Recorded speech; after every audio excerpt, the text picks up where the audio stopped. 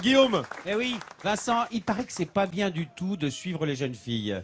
Eh ben c'est pourtant ce que Comment nous avons fait, figure-toi. On a suivi Marion, 26 ans. On est allé à 50 km à l'est de Castelnaudary et on l'a suivi en tout bien, tout honneur parce que Marion, elle est guide dans une des plus grandes grottes au monde. C'est le gouffre de Cabrespine.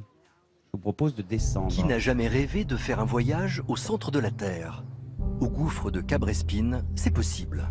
45 millions d'années ont été nécessaires pour façonner cette cavité géante de 250 mètres de profondeur sur 80 mètres de large. Et au milieu de cette obscure immensité, une frêle silhouette se balade dans la pénombre. Marion est guide. Elle a 26 ans et elle est tombée amoureuse du lieu. La première chose qu'on ressent quand on arrive, c'est vraiment un sentiment de beauté. De beauté, de grandeur, de vide, c'est strictement impressionnant. Et la première fois que je suis rentrée ici, je me suis sentie à l'aise. Dans le gouffre, l'air est pesant.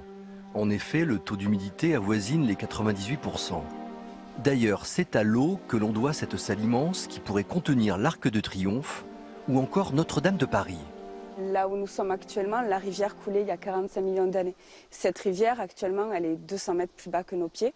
Au fur et à mesure, elle a creusé le gouffre et les différents niveaux créés se sont tous rejoints par différents effondrements. Au total, on pourrait comparer ça à une maison qui aurait 4 étages et les différents planchers se sont effondrés, ce qui nous donne une salle vide.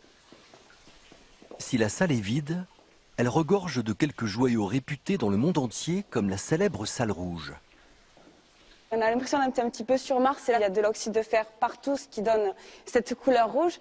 Et le plus intéressant, c'est cette coulée. On a vraiment l'impression qu'une rivière coulait là, mais c'est vrai, la rivière souterraine qui a creusé ce gouffre s'est coulée ici, venait se jeter un petit peu plus loin. Au milieu de la grotte, des chefs-d'œuvre comme seule la nature sait en créer. L'eau a figé pour l'éternité des sculptures en calcite et le plafond d'aragonite qui ressemble à un feu d'artifice. Cette salle, c'est la préférée de Marion depuis toujours. D'ailleurs, sa mère a failli accoucher ici.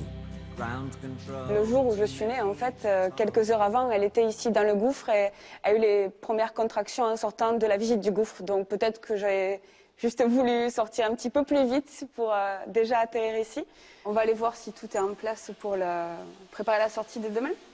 Dans son travail, mieux vaut ne pas avoir le vertige. Lorsqu'elle ne guide pas les touristes, Marion a la responsabilité de vérifier la maintenance de la grotte. Et elle n'hésite pas à monter à plusieurs dizaines de mètres au-dessus du gouffre. Dans cette salle surnommée le 7e ciel, elle laisse libre cours à son imaginaire. Tout ça, ça crée un monde cristallin et c'est vrai que ça fait cathédrale. Il y a des orgues, il y a des statues, des santons, un silence et un écho qui peut faire penser à une cathédrale aussi. Ouais. C'est vrai. Pour visiter le gouffre de Cabrespine, des safaris souterrains vous feront découvrir, entre ombre et lumière, les entrailles rougeoyantes de la montagne noire.